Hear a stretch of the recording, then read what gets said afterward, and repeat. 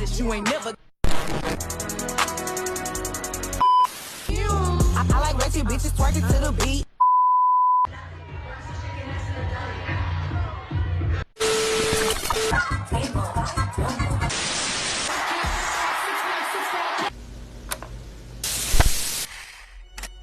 They won't tell you this, but from the moment you arrived, the world wasn't built to honor your essence.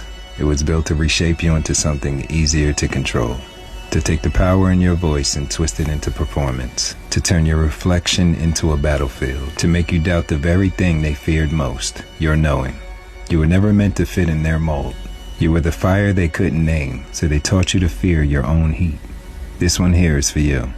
Not the curated version, not the survival mask, just you, the one beneath all of it, the one who's been watching herself disappear in plain sight, knowing damn well something about this world has never felt right. They've been feeding you a script since before you could speak. Smile more, be nice, be desirable but not too much, be confident but not too loud. They taught you how to edit yourself before you even knew who you were, and over time, you started performing even in silence. They told you your value lives in your body, then train you to monetize it. They told you to be independent, but made sure you needed the validation to survive in their world. They sold you freedom, but only if you stayed visible, exposed, and exhausted. They rebranded self-betrayal as empowerment, and you've carried the weight with grace. But I know you feel the fracture. I mean, let's be real. OnlyFans isn't rebellion.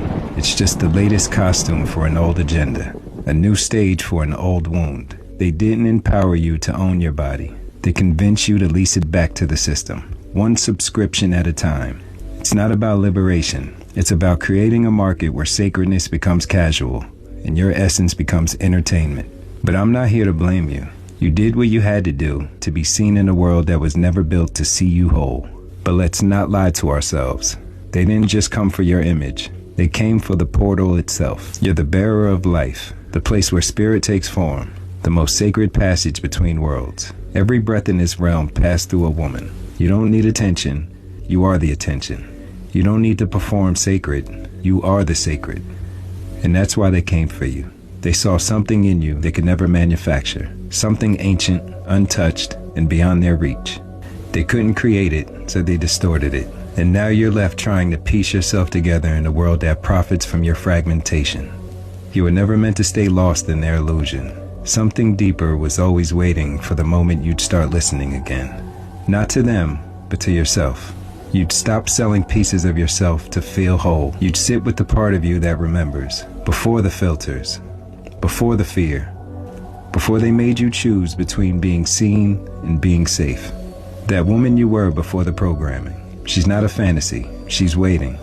And she doesn't need to be loud. She just needs you to stop apologizing for being real. You descend from a lineage they tried to erase. Women who held galaxies in their wombs and truth in their tongues. Women who moved energy through hands, sound, and silence.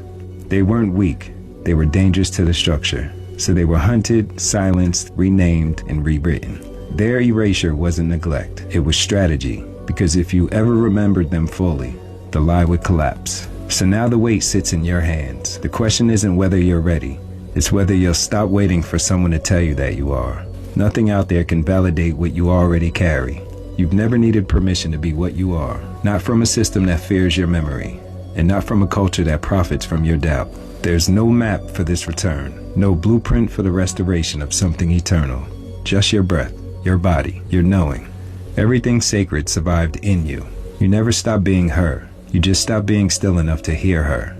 And when a woman truly remembers, not just in theory, but in her walk, her stillness, her no, her yes, the earth shifts beneath her.